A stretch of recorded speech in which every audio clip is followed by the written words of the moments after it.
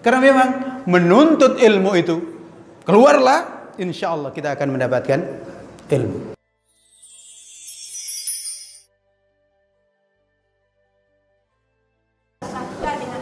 Ya. Terima kasih, bagus sekali.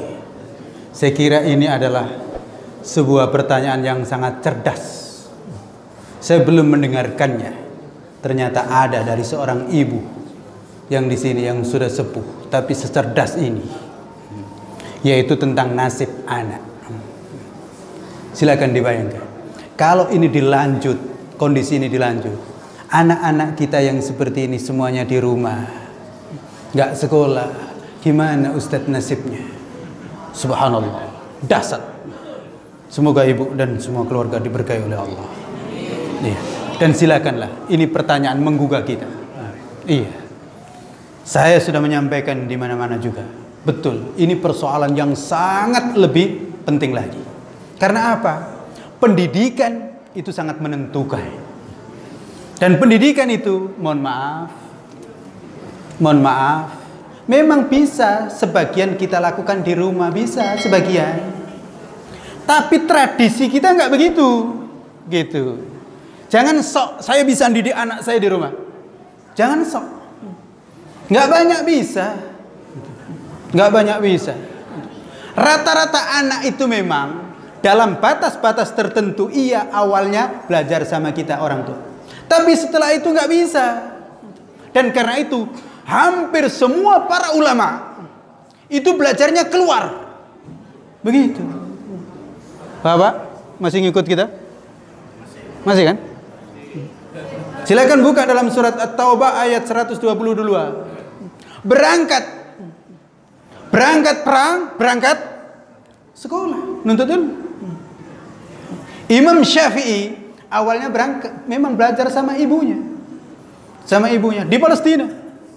Dia mikir kalau ini sama saya terus, wah nggak berkembang anak saya. Saya akhirnya apa? Digendong ke Mekah. Pergi ke Mekah.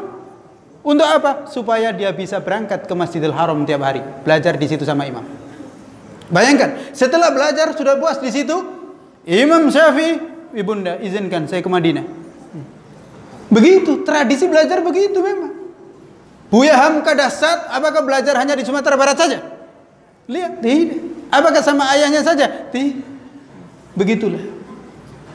Iya, ini menjadi sangat risau sekali. Sudah banyak yang datang kepada saya, Ustaz, wah nggak bisa sekarang ke Jakarta, nggak bisa anak saya ke Bogor, tolong diterima di sini. Saya katakan, waduh nggak bisa di sini, udah tutup, nggak muat lagi, gitu, nggak muat lagi. Nih, jadi gimana? Padahal anak itu bisa ke Bogor seharusnya, dan memang kita dorong, silakan. Yang mau ke pesantren ke Bogor silakan, yang mau ke Gontor silakan, yang mau ke Jawa Timur silakan. Meskipun di Bengkulu sudah ada, nggak apa, silakan. Yang punya kesempatan ini. Karena memang menuntut ilmu itu, keluarlah, insya Allah kita akan mendapatkan ilmu. Tapi kalau masih bisanya di Bengkulu, ya nggak apa-apa. Karena anak-anak kita yang sekolah di Bengkulu, kita motivasi, nanti nak silakan ke Jakarta, nanti nak silakan ke Madinah, nanti nak silakan ke Mesir, dan begitu. Loh ini gimana kalau sampai di lockdown begini? Betul, Ibu. Risau. Oleh karena itu, saya ingin ada kekuatan kita sekolah. Jangan takut. Jangan takut. Anak kita sekolah itu insya Allah dalam perlindungan Allah. Iya. Orang yang menuntut ilmu itu dilindungin oleh malaikat sampai didoakan oleh setiap binatang yang ada di dalam laut dan yang ada di tanah. Loh kok kita takut itu loh? Ya Allah, apa yang kita takutkan? Apa yang kita takutkan? Andai kan ada sesuatu, kok anak itu sakit, biasa orang sakit, insya Allah sembuh. Betul? Iya. Rata-rata yang di pesantren, rata-rata anak sakit. Saya pernah muntah nggak karu-karuan itu di pesantren, alhamdulillah sembuh. Iya. Begitu. Lalu kemudian kalau ada yang meninggal gimana Ustaz? Ya meninggal dunia. Ada. Tempo hari di Al-Kahfi meninggal dunia. Meninggal dunia apa? Ternyata di pinggir jalan dibunuh orang. Bukan kena virus. Dibunuh orang karena menjemput ibunya. Ibunya datang. Coba bayangkan. Ibunya datang mau dijemput oleh sang anak, dibunuh orang. La haula wala quwata illa billah. Lalu kemudian ibunya frustasi tidak akan menyekolahkan anak di pesantren? Tidak. insya Allah mati syahid dia. Insya Allah nunggu di surga dia. Begitu. Ada juga belakangan kami dengar sakit bukan karena corona di pondok pesantren di Bogor, meninggal dunia karena sakit. Apakah dengan begitu kemudian nggak boleh ke pesantren lagi karena meninggal dunia? Tidak. Insya Allah menunggu di surga. Enggak di pesantren meninggal dunia juga mungkin di rumah juga meninggal dunia. Ya, biasa saja dalam hidup. Tapi insya Allah silakanlah dilihat yang sakit di pesantren itu berapa, yang meninggal dunia di pesantren itu berapa. Ya, dilihat semuanya. Begitu juga dengan yang sekolah dan seterusnya. Hidup kita itu tidak perlu terlalu banyak cemas. Orang yang beriman itu fala khaufun alaihim wala hum yahzanun. Orang yang beriman itu nggak perlu cemas, nggak perlu takut. Yang penting kami berada di jalan Allah. Sama dengan ibu-ibu melahirkan anak, takut. Ya takut, harap-harap cemas kan? Begitulah, hidup begitulah. Tapi kenyataannya mana yang lebih banyak? Ibu-ibu melahirkan selamat atau meninggal dunia? Alhamdulillah. Kalau ada yang meninggal dunia kata Nabi itu mati syahid. Ya kan begitulah. Lah kita cemas itu. Anak kita lahir dari kondisi yang begitu masih lemah terus lewat jalan yang begitu sempit saja bisa. Masa sudah besar malah nggak bisa? Ya kan? Begitu. Dan kata Pak Dokter orang sakit tuh Pak Ustadz karena cemas katanya. Tanya beliau. Maka lihat di rumah sakit jiwa itu karena nggak ada yang cemas, nggak ada yang sakit katanya. Itu beliau. Iya nggak ada yang cemas di rumah sakit, nggak ada yang sakit kata beliau. Tapi sakit jiwanya. Karena nggak ada cemas. Lah kita ini bukan cemas karena sakit jiwa, tapi kita ini nggak cemas karena kita beriman. Gitu. Maka saya berharap ya Pak Dokter lah tolong dibantu.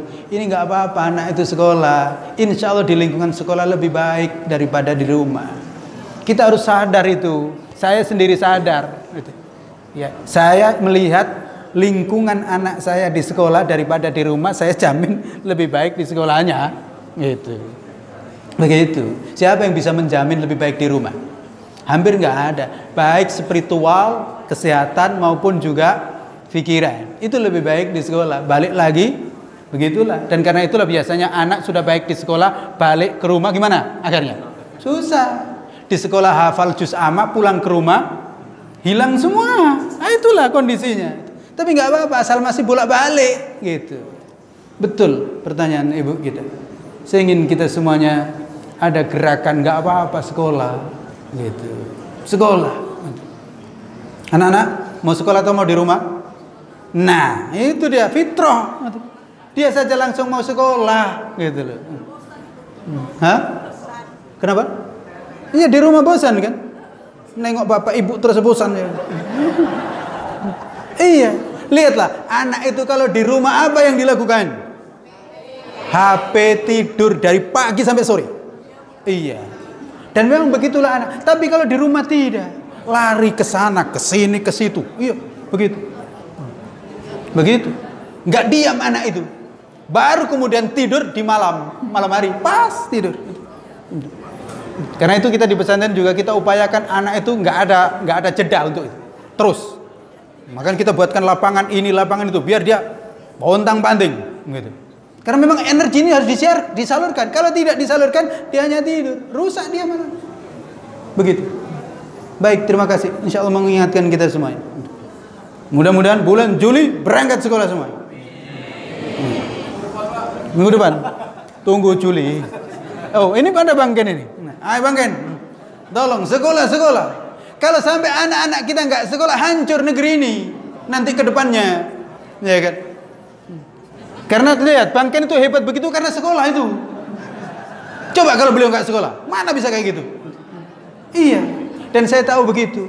Di kampung itu alhamdulillah yang sekolah dengan yang tidak sekolah itu beda.